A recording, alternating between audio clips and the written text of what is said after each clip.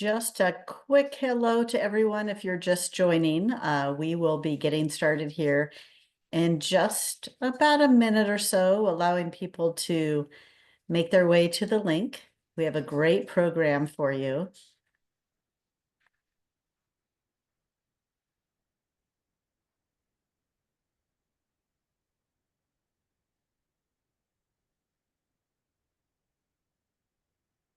And while we're getting set up, ready to get started, for those who are already here, just know you can put Q&As in the Q&A box, and there will be time at the end of the presentation to ask those.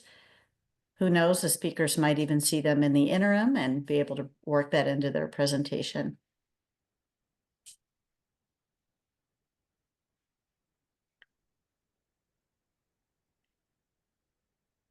And thank you to Alex, who's behind that Arizona Town Hall logo, giving you a link to our website with some additional information about this presentation.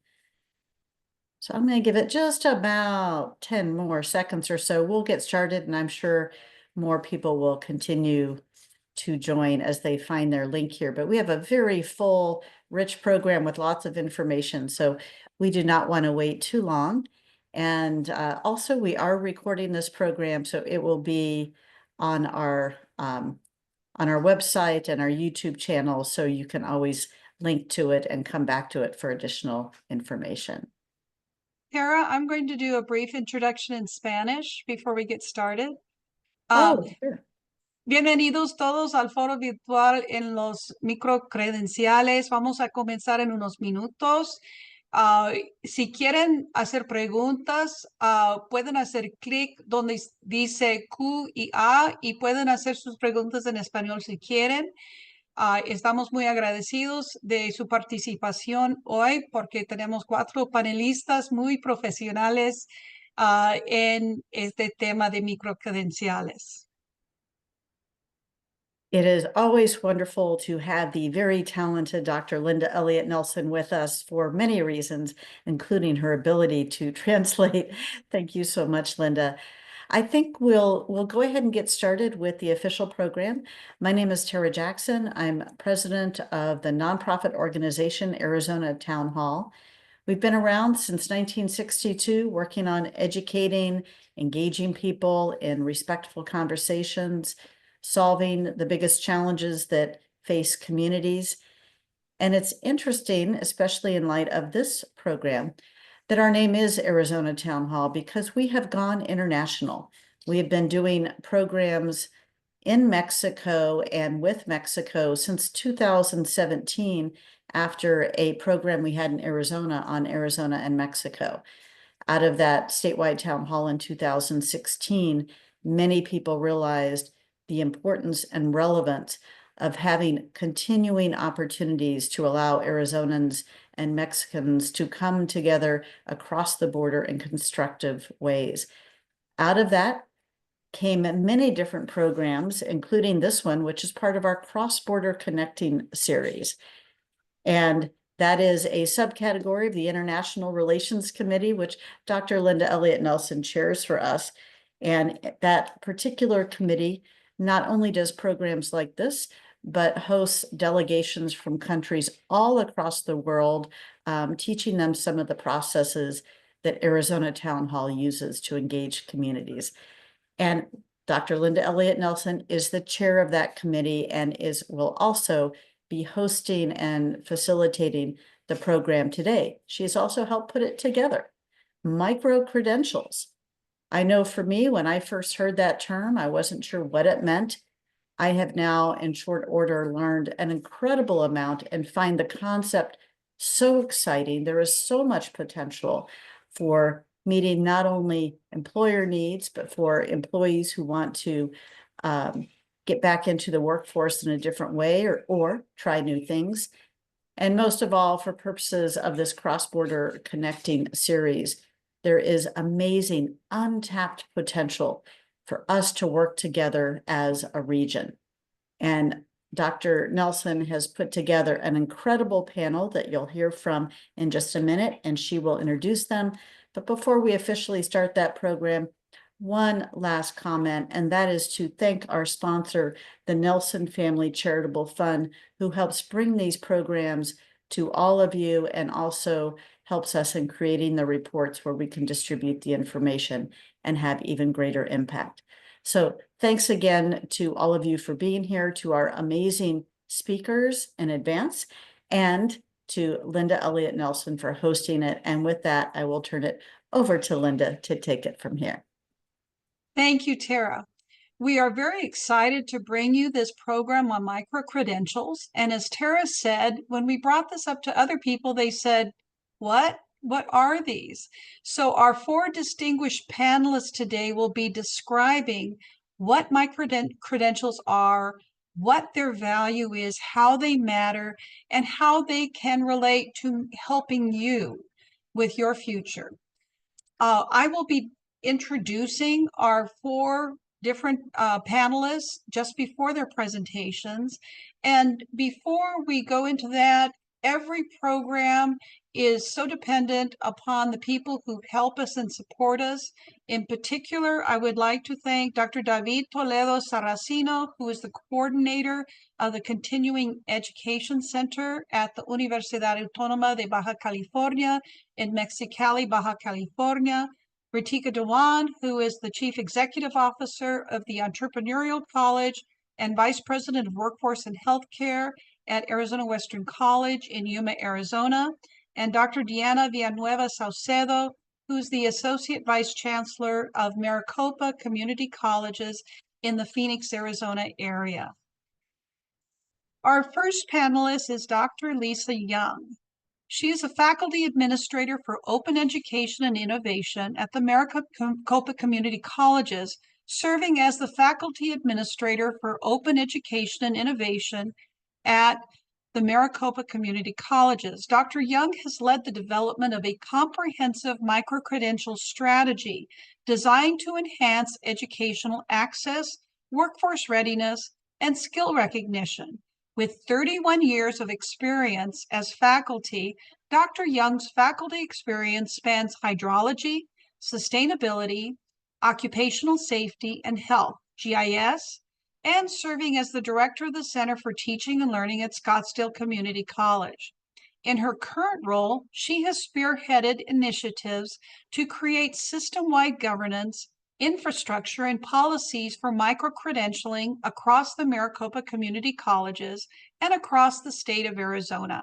Her work has shaped the growth of micro-credentials at Maricopa, including her engagement with the district's credentialing and alternative education task force, guiding the establishment of micro-credential pathways in advanced manufacturing, IT, and 21st century workforce skills. Currently, she is guiding the expansion of these programs into healthcare, involving collaboration across 6 Arizona community college districts.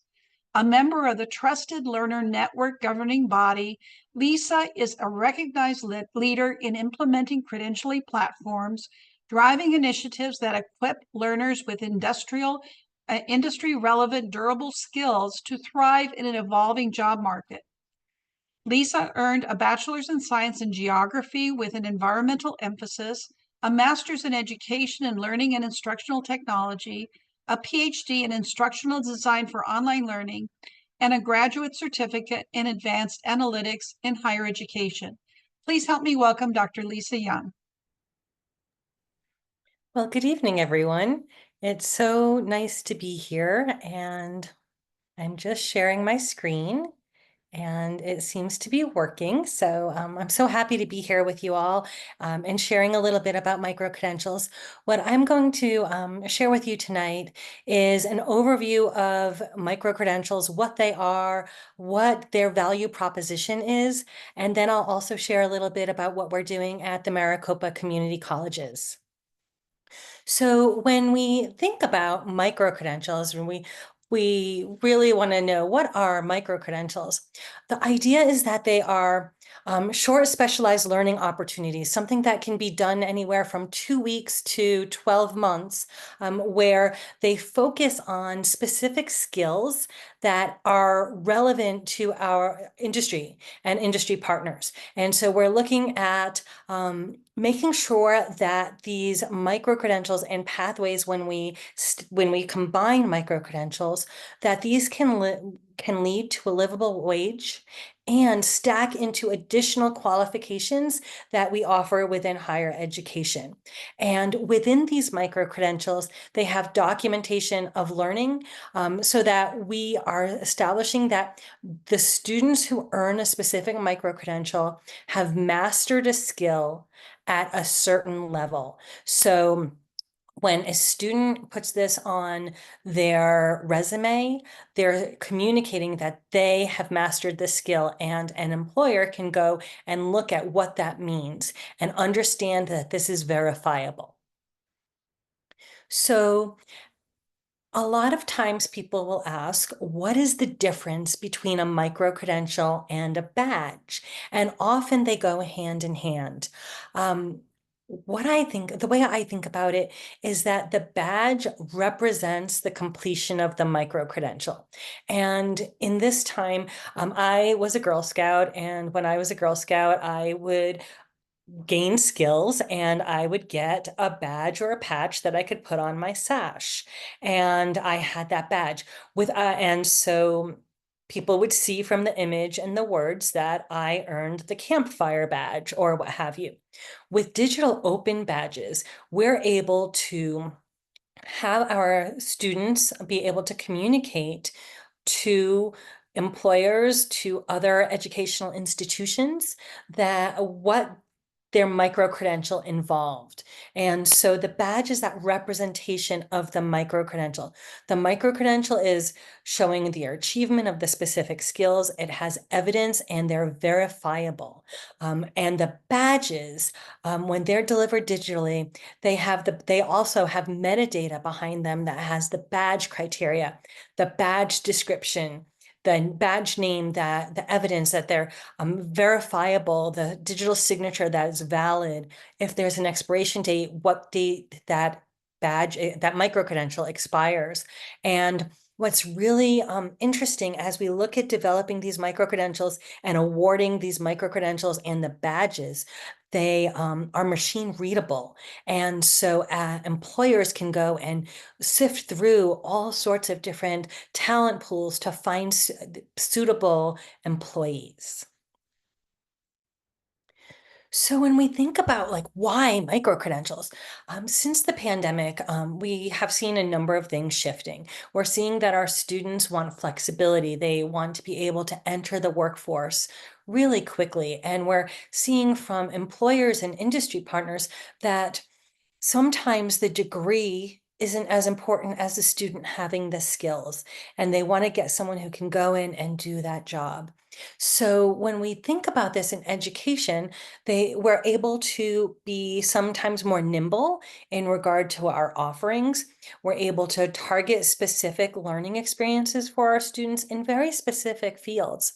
And this often provides an opportunity for our students who are already working or are already in their careers to upskill, or if they're looking for a new career to reskill. And so as educators, we're able to meet the needs of the job market and be able to provide students who have earned credentials that can do this work.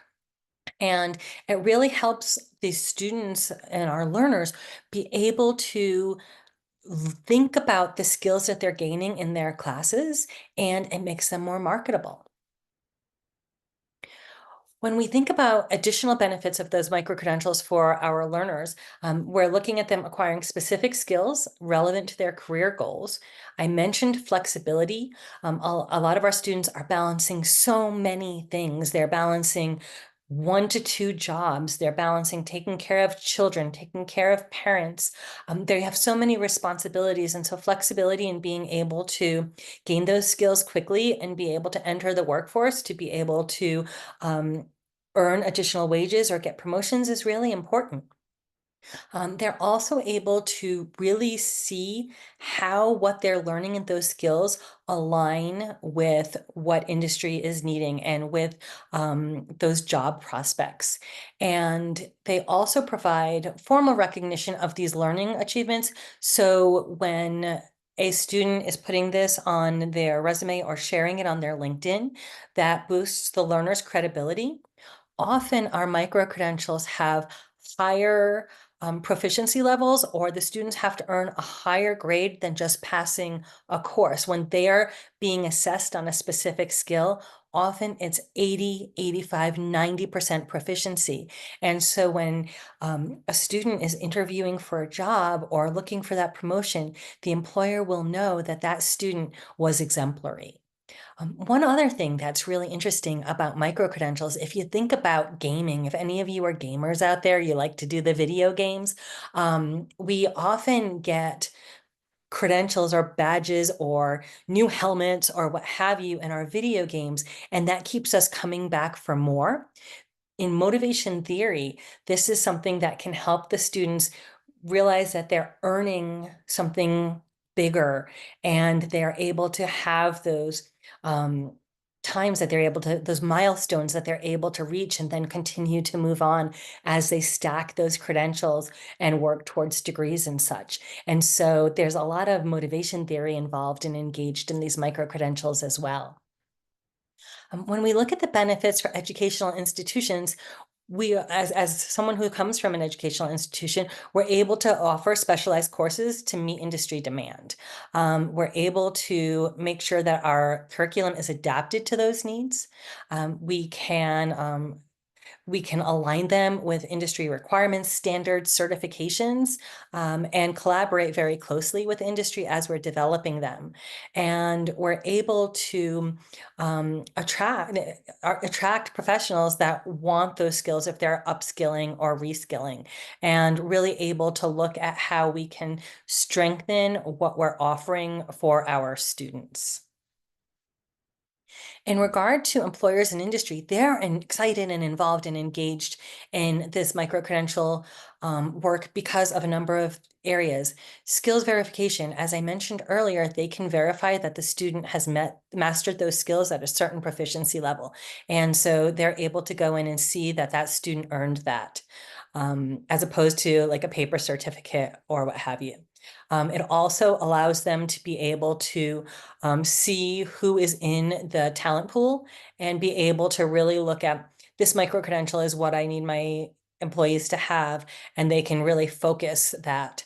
They also can send their employees to earn micro-credentials so that they can help grow their organization in terms of the talent that they have within.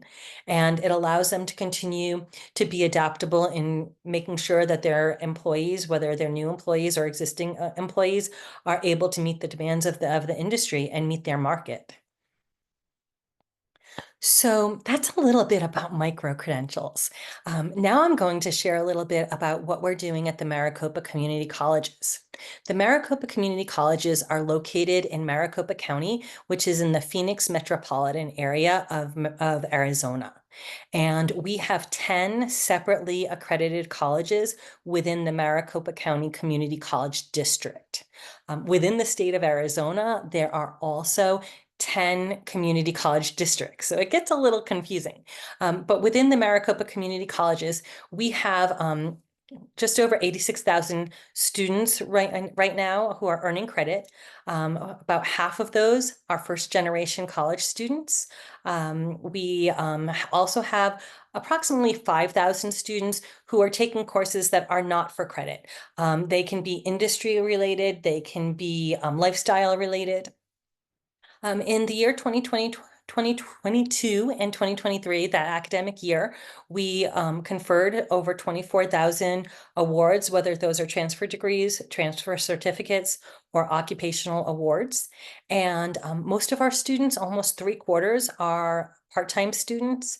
Our average age is 25, so we have a lot of mature students who are coming to the Maricopa Community Colleges.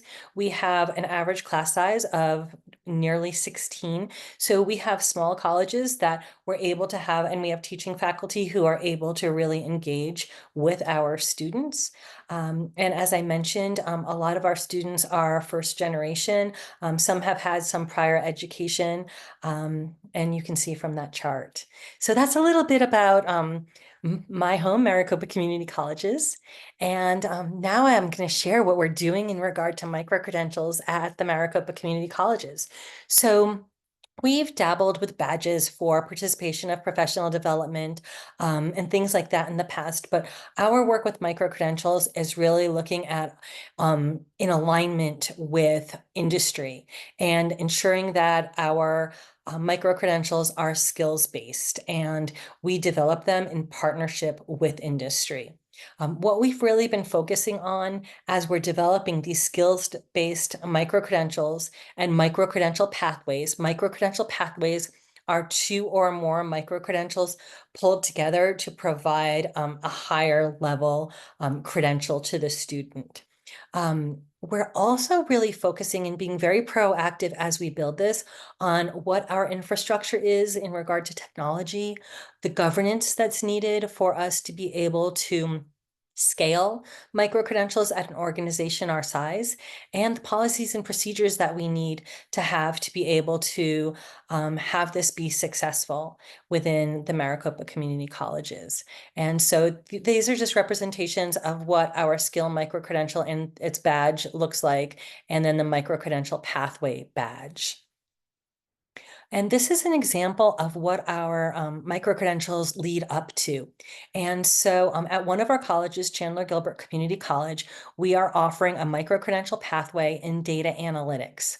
And this micro-credential pathway is comprised of 5 skills-based micro-credentials, and you see them here on the left. We have data wrangling, SQL for data analytics, Python, Excel, and then data visualization for data analytics. And those are the skills-based micro-credentials. We also feel very strongly that in order to meet industry demand, that we also have to focus on durable skills. And durable skills are those work-based skills. Sometimes they're called 21st century skills, or they may be called soft skills. But within the data analytics program, this micro-credential pathway, we focused on 2 durable skills, one in critical thinking and one in creative problem solving. And so combined, a student takes a 6-month program. It's 28 weeks, so approximately a 6-month program. It's part-time, it's hybrid, online hybrid. And during that approximately 6 months, the students do coursework, they do assessments and activities to master these skills, and they earn the data analytics micro-credential pathway. As we developed this data analytics micro-credential pathway, we made sure that this was validated by employers, and you can see a list of some of those employers there. You also see the top skills, things like collecting, cleaning, analyzing data, visualizing it, and then the software packages that are used in regard to conducting their analytical operations. And then what you see is an off-ramp in purple to the workforce, to a livable wage. And so, and in the green, you see an on-ramp to stackable credentials. And so as you look at this, you'll see that students can continue on to an Associate of Applied Sciences degree in data analytics, and they're eligible at that point for a Junior Operations Research Analyst. They can then continue on. We just started offering bachelor's degrees at the Maricopa Community Colleges, and the students can continue on to a Bachelor's of Applied Science in Data Analytics and Programming. And you can see how with these stackable credentials, the students' wages can increase and the different jobs that they are eligible for increase. I mentioned the durable skills micro-credentials, and we have partnered with Education Design Lab on providing some deep dives into oral communication, critical thinking, creative problem solving, and resilience. Those are 4 different micro-credentials that we offer. And then we've also developed our own workforce professional skills that is an overview of the workforce professional skills that we've heard from the workforce that they would like our students to have. We've also been expanding into behavioral science and healthcare in regard to our micro-credential work. We had a grant from the state of Arizona to develop these micro-credentials, and we developed a micro-credential pathway in behavioral research that's comprised of 3 micro-credentials, one in conducting behavioral research, one in behavioral statistics, and one in social behavioral educational research ethics. And that's a micro-credential pathway that then can continue on to some of our associate's degrees. We also have developed 32 micro-credentials in behavioral science and healthcare, things like case manager, direct care worker, long-term care supervision leadership, as well as in many of our courses, we're able to offer certifications that are available by third parties, things like the National Institute of Behavioral Medicine, the Trauma Institute International, the Arizona Department of Child Safety. You can see the list, and students are able to earn those certificates from those institutes and organizations, and then we provide micro-credentials signifying that the student is ready to take those certification exams. With these micro-credentials in behavioral science and healthcare, what we are doing is because of our grant with the state of Arizona, we are expanding these to 6 county community college districts within the state. They've been involved in the development of this, and they are able to offer these micro-credentials as well. Also, we've done a lot of work in our proof of concept and focusing on IT and applied manufacturing. We have micro-credential pathways in data analytics, IT fundamentals, IT help desk level 1, and precision optics. We're developing additional micro-credentials in IT with networking and cybersecurity. And you can see a list of the micro-credentials that comprise those micro-credential pathways. And so with that, I can't wait for us all to hear from my fellow panelists and get to see how they're applying this micro-credential work. Thank you, Dr. Young, for that valuable information. Our next speaker is Miguel Alvarez. He is the Associate Dean of Reskilling and Corporate Training at the Arizona Western Entrepreneurial College. Mr. Alvarez serves as the Associate Dean, where he leads transformative programs designed to meet the evolving needs of both industry and the community. His portfolio includes oversight of the Law Enforcement Training Academy, corporate training and non-credit continuing education, IT stackable certifications, Workforce Innovation and Opportunity Act program, Prison Education Trades program, Apprenticeship program, Adult Basic Education, and Manufacturing. Drawing from over 15 years of leadership and management experience across both the private and public sectors, Miguel brings a strategic and innovative approach to workforce development. A proud U.S. Marine veteran and retired chief of police, Miguel has a proven track record of operational excellence and community service. He is also a former business owner, having operated successful fitness centers in San Luis and Somerton, Arizona.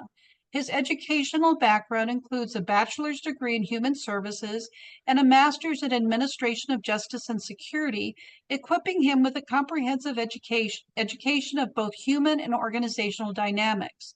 As an adjunct faculty member at Arizona Western College, Miguel teaches in the Administration of Justice Studies and Homeland Security Department.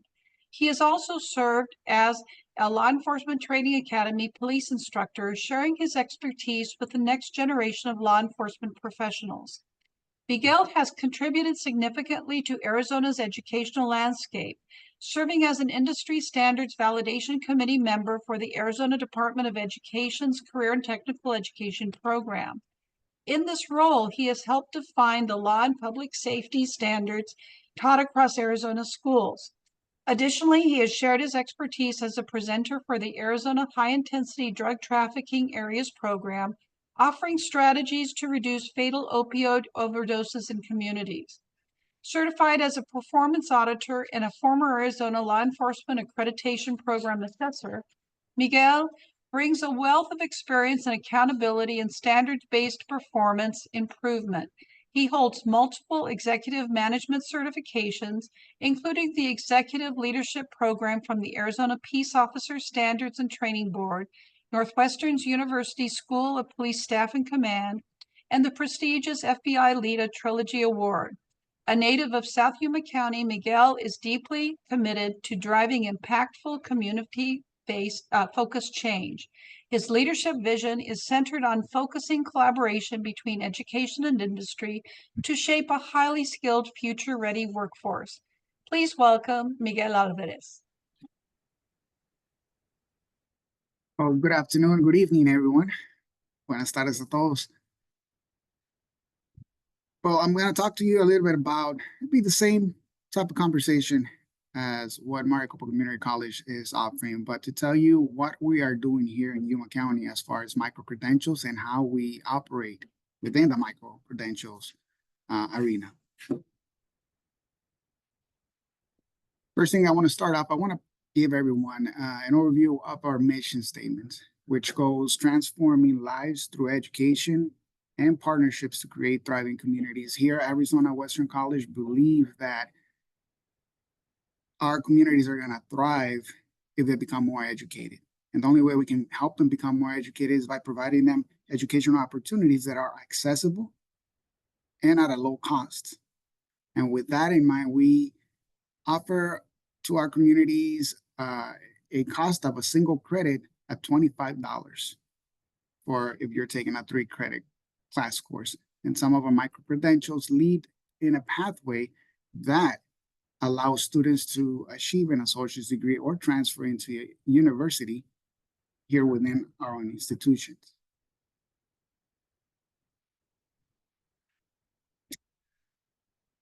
So what are micro-credentials? Yeah, micro-credentials provide targeted skills for immediate workforce entry or career advancements. Things to consider is the duration of them. They might take anywhere from a month or a few weeks all the way to a year. They're cost effective. They tend to be at a low cost to those enrolled. They're flexible, meaning that they can be offered at different hours of the day, sometimes at night, or even on weekends to attract other pockets of the population that might not be able to attend school because they're working, or they might be working in an industry that might require them to work at night or a swing shift. Micro-credentials are often used to enhance individuals' resumes. If you're in a particular industry, you want to become better prepared to take that next step to promote or to move to a different position. You may choose a micro-credential that we offer here in AWC or anywhere that you might find a micro-credential available to better prepare yourself to take on that new role. Again, it provides a way for employers to verify that you, the individual, through the badging process or your certificates, that you have the skills recognized by the industry to be able to perform at a proficient and safe level in whatever your certification is on.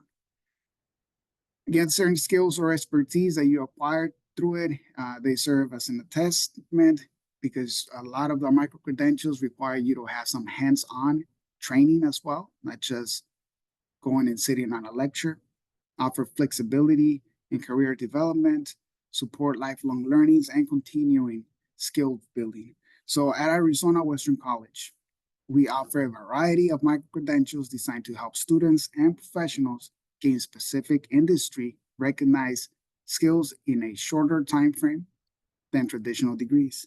These micro-credentials often include certifications in areas like information technology, logistics, which covers networks in transportation, warehousing, and inventory management certificates, and other areas such as in healthcare certifications in areas like phlebotomy, nursing assistant, and community health work. In the areas of manufacturing and skilled trades, which include courses in HVAC, welding, construction fundamentals, and other trades that are commonly seen throughout our communities that are building our roads, building our homes, or just overall fixing some infrastructure throughout our communities. Agriculture and environment sciences. Here in Arizona, you will see on another slide that I have, we're a rich community that has a lot of agricultural. Number one industry is agriculture here in the Yuma region. Agricultural science focuses on precision agriculture and topics integrated in technology like AI in agriculture. So we know that water conservation and how to better treat crops, all that plays an intricate role, very important role in the use of AI and how we become more efficient in finding ways to help preserve our water use and allow our crops to grow a lot faster and more efficiently. Business and professional skills, which also provide short courses in project management, digital marketing, and entrepreneurship. Some of these micro-credentials allow people to learn how to better manage different types of projects in whatever their discipline would be through those courses, and how to advertise their businesses as well if they're choosing to go into the entrepreneurial route and owning their own businesses. So digital marketing is a great driver for success for local business owners and existing industries that want their product to be known and market successfully. Micro-credentials provide targeted skills for immediate workforce entry or career advancement. And as I said on the previous slide, and that's pretty much our mission statement for AWC, making sure that our communities thrive through education and leaving no one behind, really, because there's people that cannot attend school in the traditional way from 8 to 4. We have to have flexibility and allow them to grow.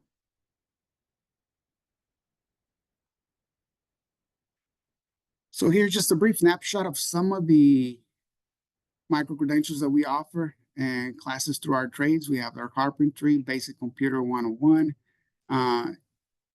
in-person fire instructor certifications, Google digital marketing, SHRM certifications through the Society for Human Resource Management certificates, and the CompTIA certifications through A+, and a whole stack of other IT certifications that we offer here, which are pretty much be able to achieve within a couple of weeks, or as long as even 6 months, as short as for a month or 6 months in order to achieve some of those certificates.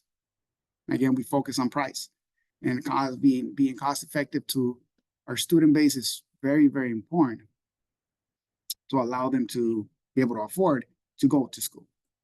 Aside from that, we seek a lot of grant funding throughout the state of Arizona. A lot of that grant funding help us really offer those micro-credentials to our population free of charge. Here's a snapshot of our region. There was just key takeaways for those that live in the Mexicali region, Baja California region. You'll know how important it is. We here in the port of San Luis, we have about 27,000 binational crossers daily that go back and forth. There's a significant port expansion project going on right now within the city of San Luis. They're expanding their pedestrian port to 16 lanes of those people going out into Mexico. And I'm sorry, it's 16 lanes for people coming into the US from Mexico and 8 lanes from people going out into Mexico. So we project that our population growth is gonna boom after that port project is done sometime in 2028. And with that, more manufacturing jobs are going to be coming over to the Yuma region, as we're experiencing now a substantial growth in manufacturing. And we're preparing ourselves, we're seeking and reaching out to our local partners, such as our local economic development departments through our different municipalities, to understand what is they're seeing, the needs for their city, so we can come up with elaborate micro-credentials that can get our communities trained and ready to join the future or the current workforce that we have out here.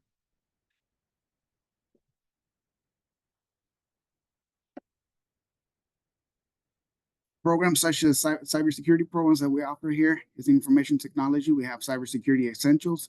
There are foundational cybersecurity hands-on labs and real-world cases. An example of that would be our Fortinet cyber lab that we have out here in Arizona Western. We're investing about $1 million investment in cybersecurity to help train our local communities and workforce to get various industry recognized certifications, some of which are through Fortinet, Google Cybersecurity and IT Support, IBM, AWS, and CompTIA, among others. So we use these platforms not only to get our students to come to school with us, get a micro-credential, which might be a non-credit bearing micro-credential, and some of those, particularly the ones in Google, they can then do a prior learning assessment and transfer that into one of our credit-bearing classes, which will help them continue on with their education. Uniquely here in Arizona Western, we have the 3 universities here in Arizona are housed within our own campuses. So with those certifications, again, provided them at a very low cost. We do the research. We look across Arizona and across the nation, basically, how much they're costing people to get those favorable industry certifications. And we reduce our prices to ensure that our community is able to achieve those micro-credentials in a timely manner, not just by their own pace, but we also provide instructors who are there to assist them along that way.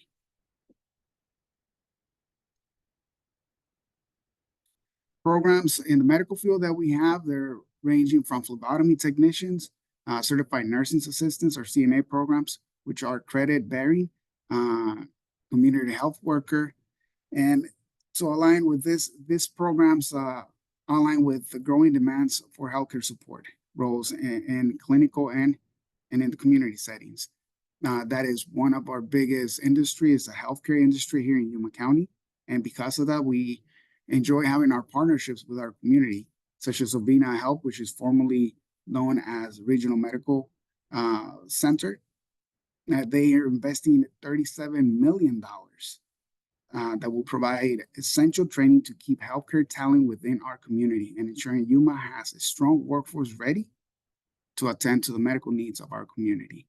So in the facility that you see in front of you, that facility will help train our CNAs, our future phlebotomists, radiology technicians, among other, so that we have other programs that we have here in Arizona Western College. And all here in Yuma. They don't have to go somewhere else. We also understand that there's people that come from across the border that might have already some skills. So by having those skills, they might have already achieved a medical certificate or a nursing certificate in Mexico or in their country. So we believe in a lot of our micro-credentials to be moving as well in Spanish, or allow them to have a pathway into an ESL or ESOL pathway to allow them to better understand and dominate the English language to move into a particular career field, whether it be in the medical field or in the manufacturing field, or even the security field around our communities. So manufacturing micro-credentials, talk briefly about them. One of them is our HVAC technician program, and that one we just currently finished designing a curriculum for HVAC helper. That one can be achieved in 1 semester, the HVAC helper certificate, and that allows students to immediately join the workforce, assisting a fully certified HVAC technician out in the field and getting that hands-on experience while they're continuing to go to school, by providing them macro credential to ensure that they get themselves into that field as soon as possible. Electrical technology, both residential and commercial, our enrollment in electrical technology and in the manufacturing building up in the Walton area has grown about 200% in the past 3 years here in Yuma County. So that means we are serving over 200 students every year that are getting their certificates in some electrical technical education in joining the workforce relatively quickly, outside from even joining our apprenticeships, but sticking with that micro-credential certification. Commercial driver's license and CDLs, that's a particular program that we have that allows students to get their commercial driver's license to drive semi-trucks and join the transportation field within 4 weeks. It's a very fast-paced course, but it allows them to test for that licensure, gets hands-on training, and they're ready to go join the workforce in the transportation field. And we do that through partnerships within our community. There's truck driving schools that partner up with the college in order to offer this individuals that are interested in getting their certification and that may have other challenges because of they're not able to afford a particular certification. That opens up us to come in and help them through financial aid or other grant funding that we have, so these certifications can be fully free. Construction fundamentals, we have blueprint reading, materials handling, among others, that help people gain successful knowledge and certifications through NCCR in carpentry, again, electrical, and other construction trades such as flooring and HVAC systems as well. The building that you see on top, the sketch of the building, that is a 3.8 million grant that we got from the state of Arizona. That is a manufacturing building that it's 5,600 square feet. It is right next to the Welton Manufacturing Center, and that will house our manufacturing incubator. Housing that manufacturing incubator will allow us to bring industries in the manufacturing industries basically to our region, in particular that location where they can set up their shop, test new products, bring their employees and upskilling through micro-credentialing and get them ready to go back and join their workforce by doing a few other things, such as if they have a new piece of equipment that they cannot put up in their floor or they're testing, they send their employees to this area, to the manufacturing incubator. They'll have the piece of machinery there. They'll get trained, they'll get their micro-credentialing, and then they'll be ready to join their and upskill them and go into their workforce already with the knowledge of how to operate that machine before that machine even arrives at the work site.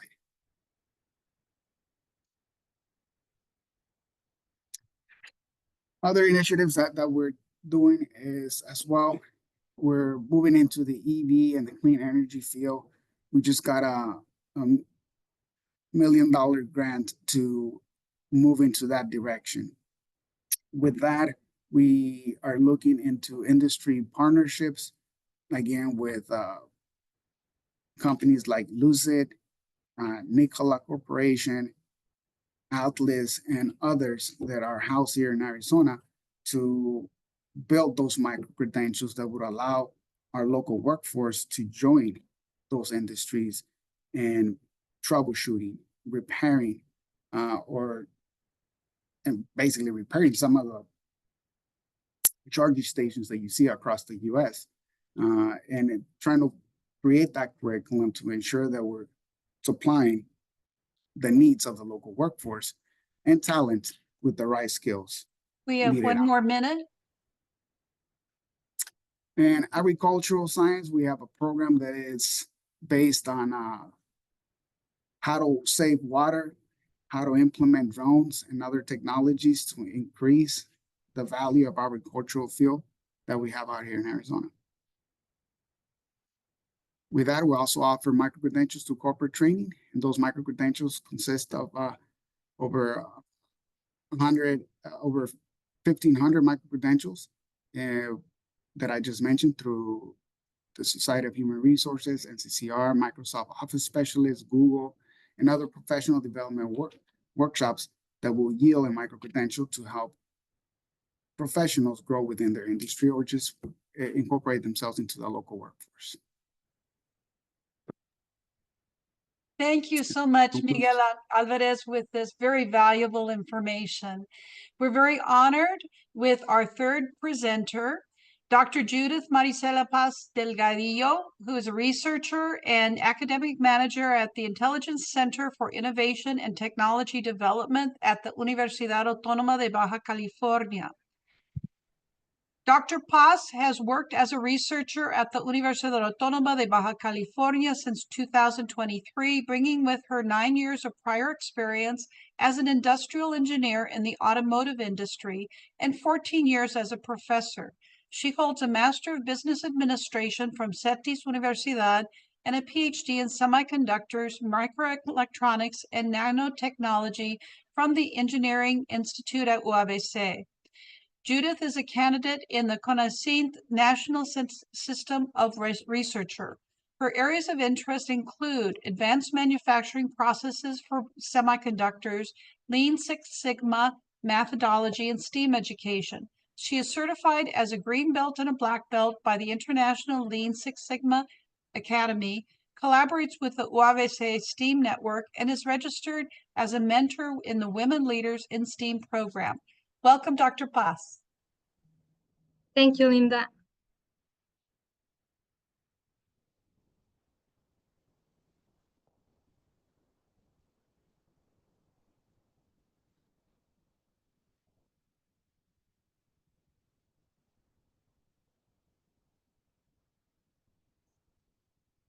Welcome, everyone. Good afternoon, and thank you for joining this talk, Semiconductor Certification Program, Micro-Credentials for a Master's Degree. My name is Judith Paz, and I'm a researcher at the Engineering Institute and an academic manager for the Intelligence Center for Innovation and Technology Development for Universidad Autónoma de Baja California in the Mexicali campus.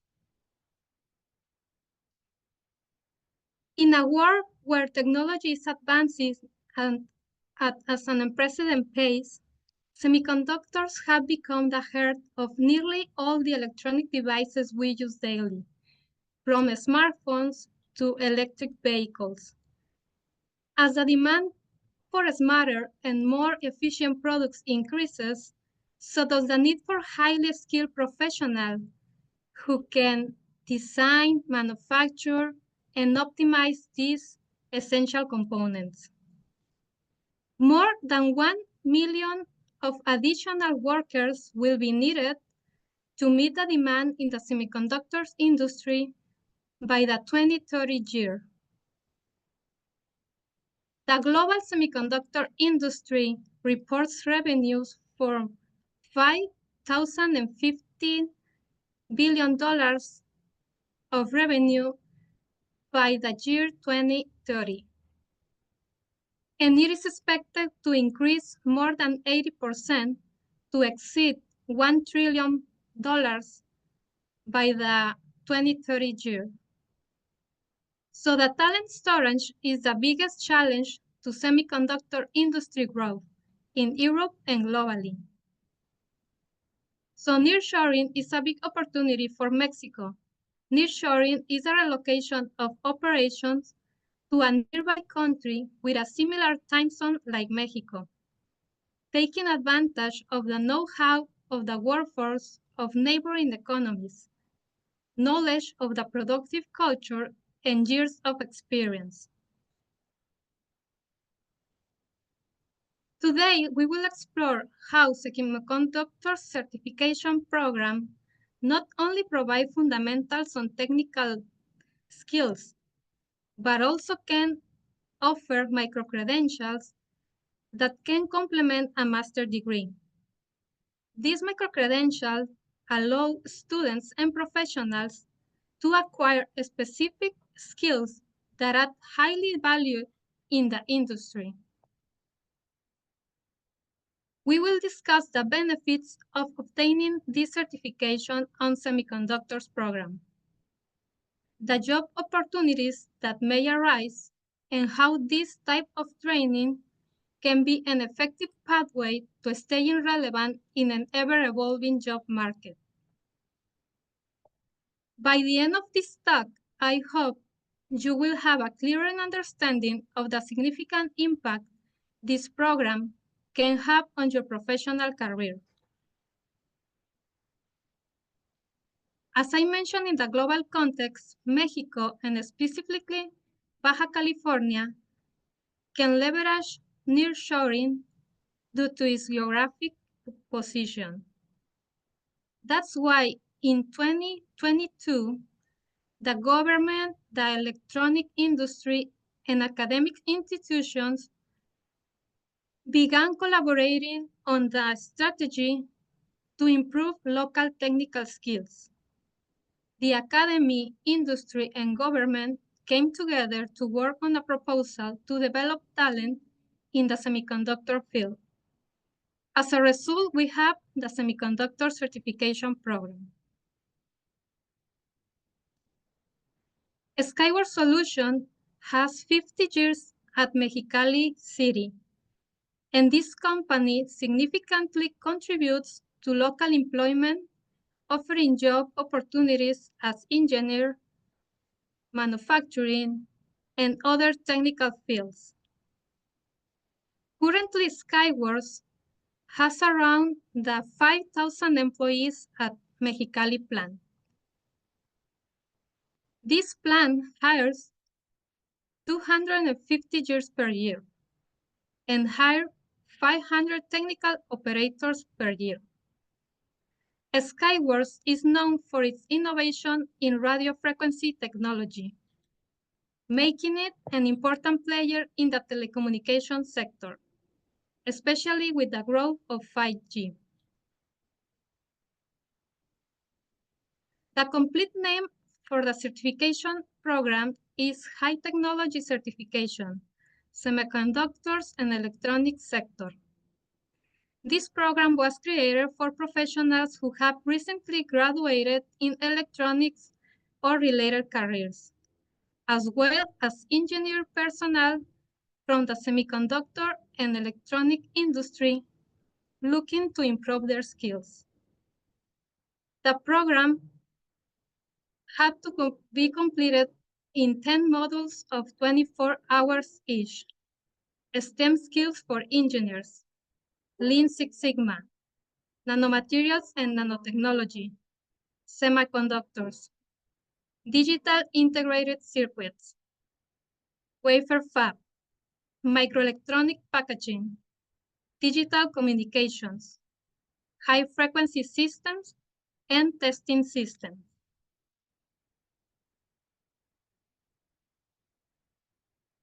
The certification is offered in a collaborative learning environment with theoretical practical approach, supported by digital tools and a highly specialized laboratories. 50% of the time is online from Monday to Fridays, using resources like videos, readings, or activities. And the other 50% is on campus, on Mexicali campus, doing practical activities and visit the core laboratories. The period is on 6 months and is equal to 240 hours total.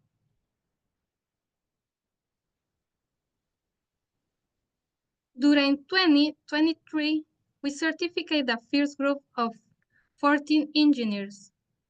The impact was on 1 female, 13 male, 10 electronic engineers, 4 mechatronic engineers, 11 from Mexicali, 3 from Tijuana, 12 from industrial sector, and 2 from the academic sector.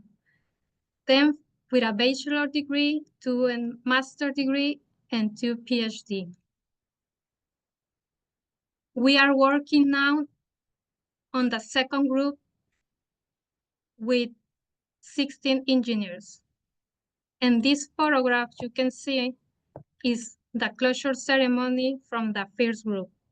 Academic, industry, and government authorities were present. Microcredentials certify the learning outcomes of short-term learning experience. They offer a flexible, targeted way to help people develop the knowledge, skills, and competencies they need for their personal and professional growth. 24 hours is equal to 2 credits for a master and PhD studies in optional assignments. And if you decide to continue studying a master's degree or PhD, you can have a total of 20 credits if you certify in the Semiconductors program. MITSI is the program at the Engineering Institute that offer master and PhD in science or engineering.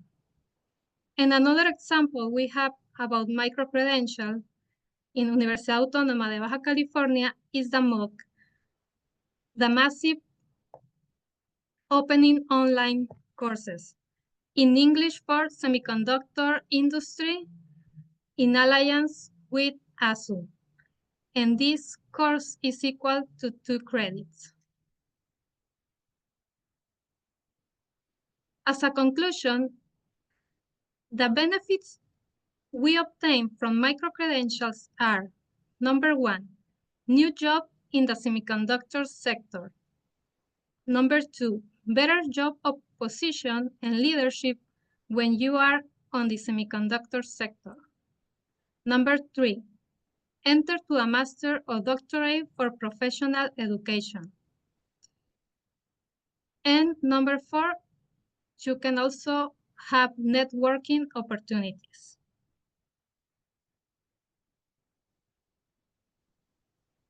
Here we have some reference, and thank you very much for listening. Thank you very much, Dr. Paz, for that excellent information.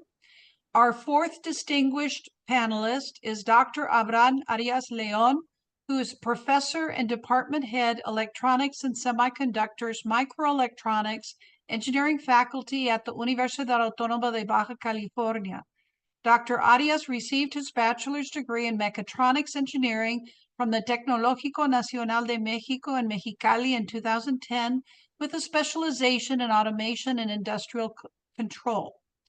He completed his graduate studies in the Instituto de Ingeniería at the Universidad Autónoma de Baja California, his graduate studies at the Engineering Institute at the UABC, with obtaining a master's in science and PhD degrees in 2012 and 2015, respectively.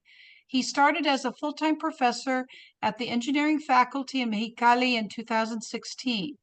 In 2020, he became the head of the electronics department, and from 2023 is also the head of the semiconductor microelectronics department.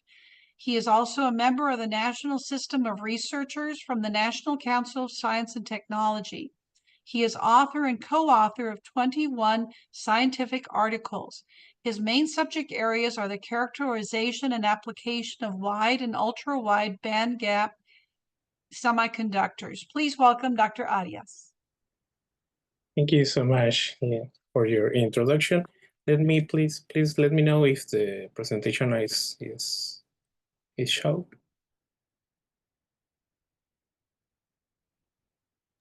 Yes, it's showing. Yes, Abraham. Okay, thank you. Okay, the next talk is about the educational badges, micro-credentials applied in the Semiconductor and Microelectronics program here in Facultad de Ingeniería at Universidad Autónoma de Baja California. The Facultad de Ingeniería of Mexicali is a 4,600 of students. We have 388 professors, and we offer 12 bachelor's degree programs. This talk, we are going to talk about the Semiconductor and Microelectronics Engineering program. That is the youngest program in the School of Engineering. We started in 2003, August 2003. Right now, we have a population of 31 students divided in 3 different generations. And we have 15 teachers in the program right now. The Semiconductors and Microelectronics program has the following student outcomes. That is, apply the physical chemical principles in operation and manufacturing semiconductor packaging process, design and evaluate integrated circuit processes through advanced manufacturing technologies to increase the capacity of the production plant, manage projects related to the semiconductor industry using administrative processes and statistical techniques to increase the performance of the semiconductor area, apply scientific measurement equipment in accordance with international norms and standards to interpret the magnitudes involved in the manufacturing and testing process of semiconductor devices. And finally, design and characterize and verify the semiconductor devices using the physical and chemical principles of their operation and manufacturing processes to create new products, process, and improve the existing ones. The students that are enrolled in the semiconductors engineering program has the opportunity to apply for the early scientific and technological vocations in semiconductors and microelectronics program. This program is an innovative program in Latin America because we start in the third year of the students program to make an internship, a half-time internship in the industry. This program is started through the partnership of Skyward Solutions in Mexico. That is a ITP industry that is located in Mexicali, Baja California. And the objective of the program is that the students receive technical training in microelectronic manufacturing processes and develop skills that enable them operate, supervise, and maintain industrial system and process in the semiconductor industry. In this picture, you can see the first generation students from the microelectronics programs. There are currently 11 students from 5th semester that are in the Skyward Solutions program.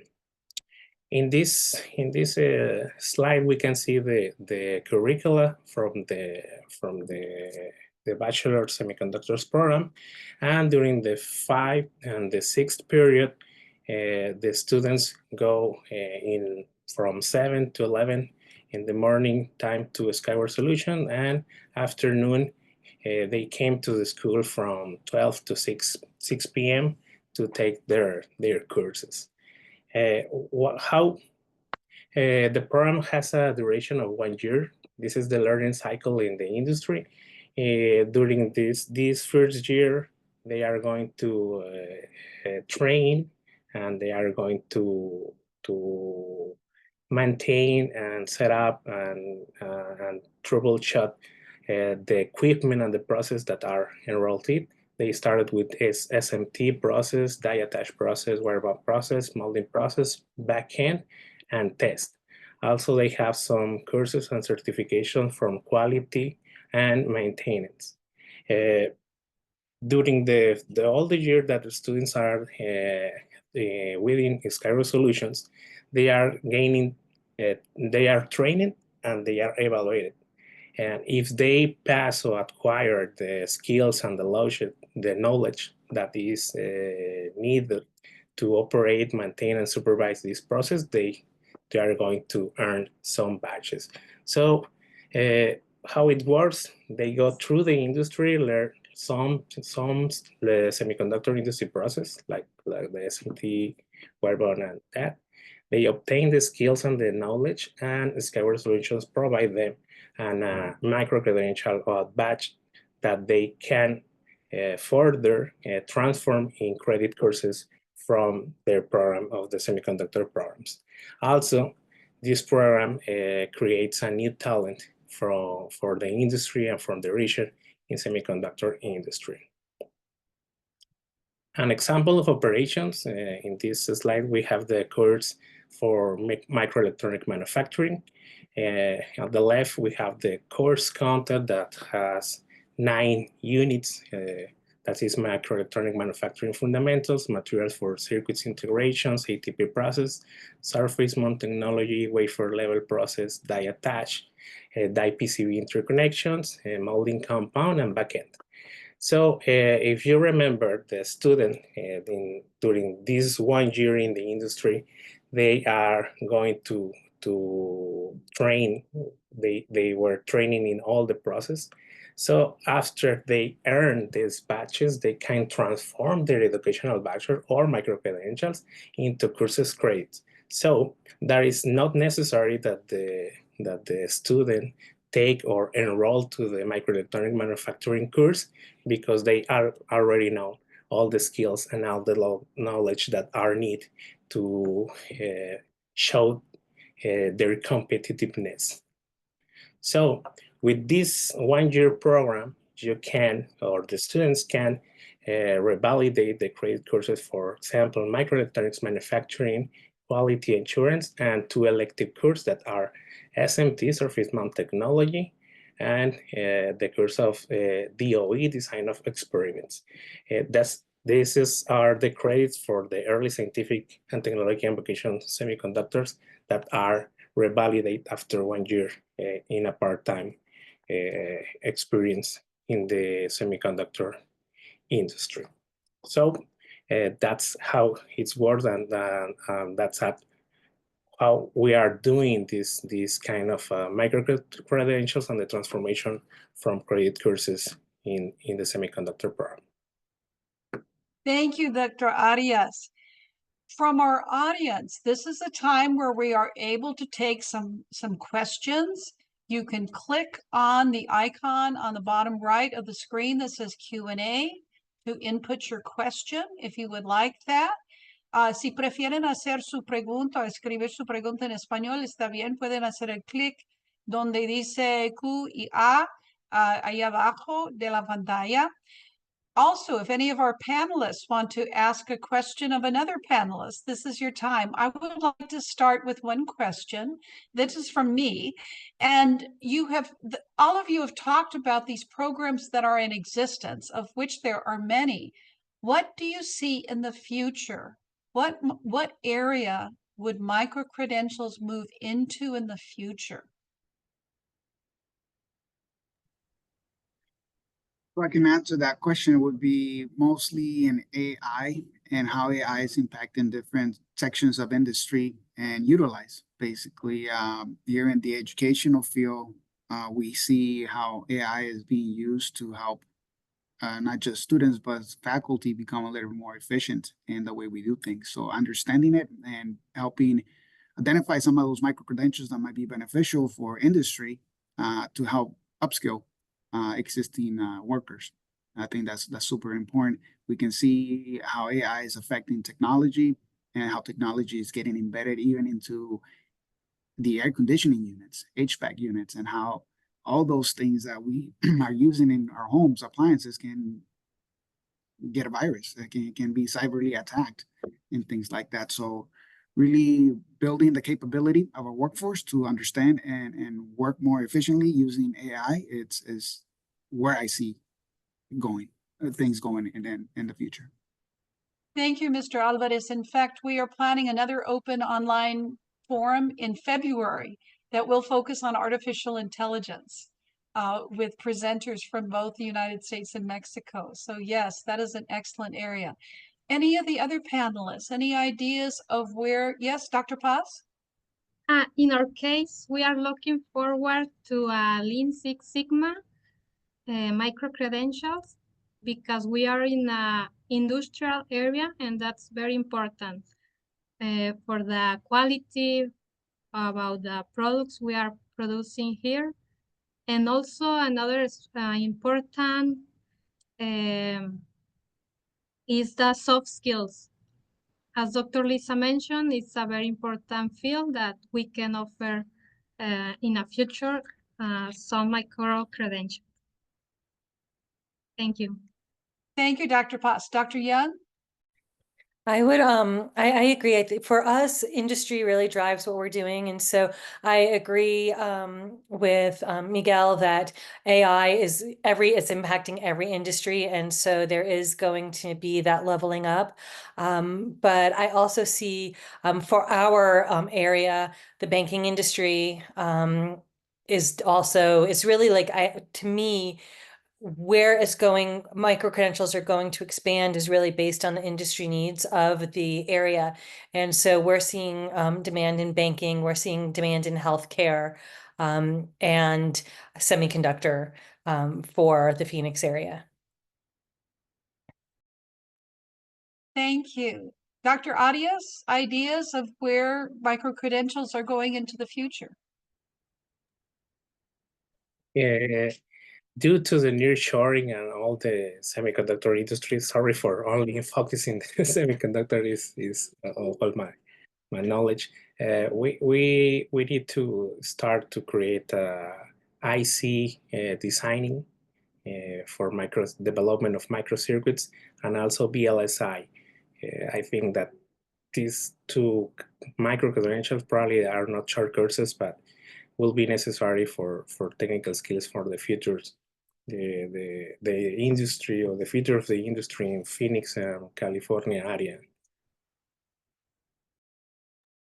Thank you very much. This is a question for Dr. Paz and Dr. Arias. Mexicali has many industries.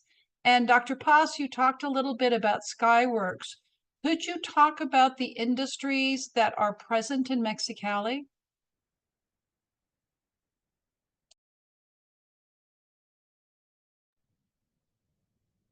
Well, about semiconductors area, just Skyworks, but also in Tijuana, for example, we have Infineon, and recently we have Qualcomm. Another sector areas, there's many companies like Honeywell, like Collins, Intuitive, very important companies from the medical area, from the aerospace area. For example, another one is Gulfstream. Here, Mexicali makes some parts and maybe send that parts and to the corporate or to another country to complete the products. But there's a lot of companies in the city and also in all the region, Tijuana, Tecate, and Ensenada. Thank you. Dr. Arias, would you like to talk about the industry that is there in Baja California? Yes, as mentioned, Judith, there are several groups of different industry. There is the aerospace industry, biomedical manufacturing devices industry, entertainment industry, also software development industry. Electronics and semiconductors are considered the same kind of sector and the industry. We have more than 400 industries located here in Mexicali. There are several industries. There are also a lot of medical hospitals or services in the border. These are not classified as industry, but it is a huge potential to generate a lot of jobs like nurses or lab assistants in the area. But mainly we are a manufacturing and industry region. And that's the reason that we have a lot of different sectors located here in Mexicali. Thank you very much. We have a couple of questions. The first question is someone who has been teaching English as a second language in Mexico. They're in the process of moving to the United States, and they're unsure as to what micro-credentials could help them further their career in a country where English is spoken as a native language.